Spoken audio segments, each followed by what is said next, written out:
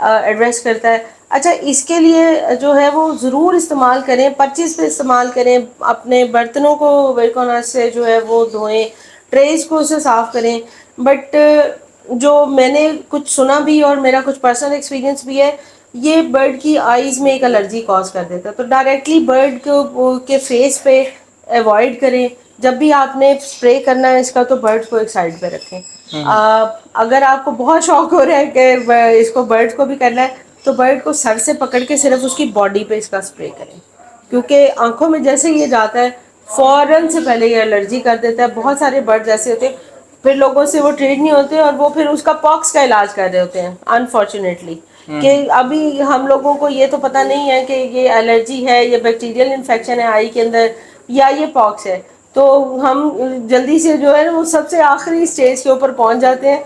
और पॉक्स आप देखें कभी भी अनटिल अनलेस कोई इन्फेक्टेड बर्ड आपके पास ना आए, कोई ऐसा शख्स जो कि कैरी कर रहा हो वो ना आपके शेड में आए, पॉक्स ऐसे ट्रांसफ़र नहीं होती और ना पॉक्स ऐसे ट्रीट होती है, ना जाएगी वो। चलिए आप पे बहुत शुक्रिया, आपने टाइम दिया और बहुत अच्छी इन्फॉर्मेशन प्रोवाइड की। Thank you so much everyone. उम्मीद है कि आपको आज की हमारी वीडियो पसंद आई होगी। अगर आपको हमारी ओवरऑल वीडियोस पसंद आती है और आप चाहते हैं कि हम आपके लिए ऐसी इन्फॉर्मेशन लेकर आते रहें तो आप हमारे channel Mohammad Irfan agriculture subscribe कीजिए और बेल आइकन को लाजमी दबा दीजिए, जिससे हर नई आने वाली वीडियो को नोटिफिकेशन आपको बर वक्त पहुंची रहेगी। Thank you so much. अल्लाह हाफिज़। अल्लाह हाफिज़।